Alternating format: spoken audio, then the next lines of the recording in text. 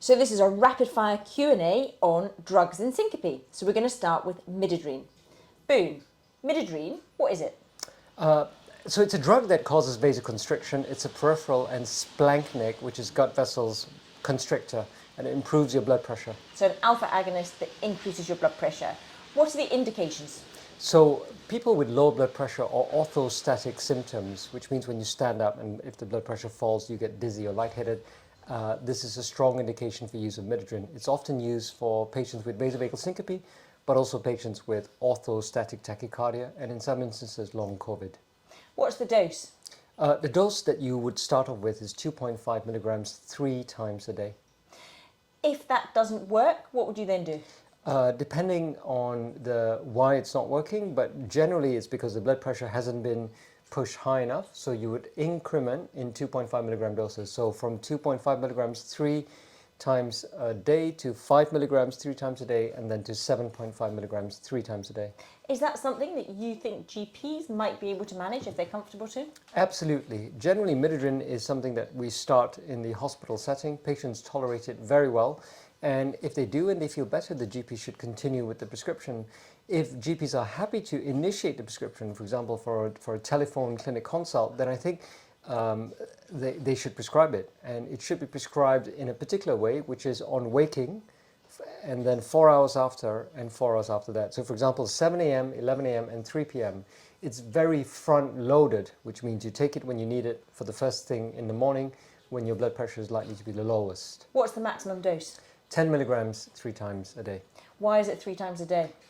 Because it's very short acting. It generally stops acting within 4 hours. So you need to front load it and take it every 4 hours from the first dose in the morning. That's why it's 3 times a day. Can you take it as required? Yes, you can as well. Some patients don't always get symptoms, and if they get symptoms, for example, during intercurrent stressors like an infection or during the monthly menstrual cycle and the blood pressure drops, then you can take Midodrine for those 2 or 3 days in which you know you'll be affected by symptoms of low blood pressure. What are the contraindications? The most significant one, Mel, is men with prostatic symptoms. That means frequency or urination difficulties, because it can act to squeeze the smooth muscles in the bladder neck and can cause urinary retention.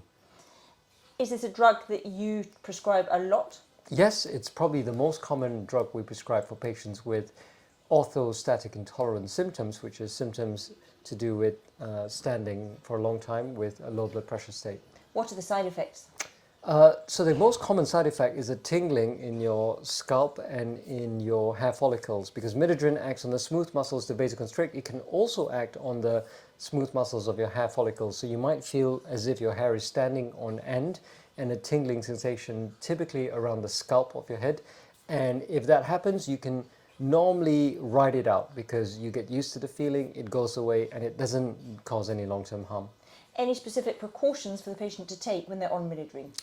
Some patients should be aware, particularly if they have the blood pressure that is labile, that means goes up and down.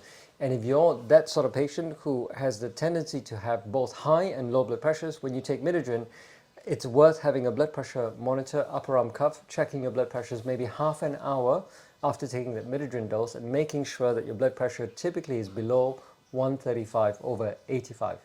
Thank you. So this is an alpha agonist that increases blood pressure for patients with syncope and orthostatic hypotension. It's largely safe, it's very well tolerated, and it's something that we prescribe a lot and then tend to be comfortable for GPs to continue. Thank you. Thank you.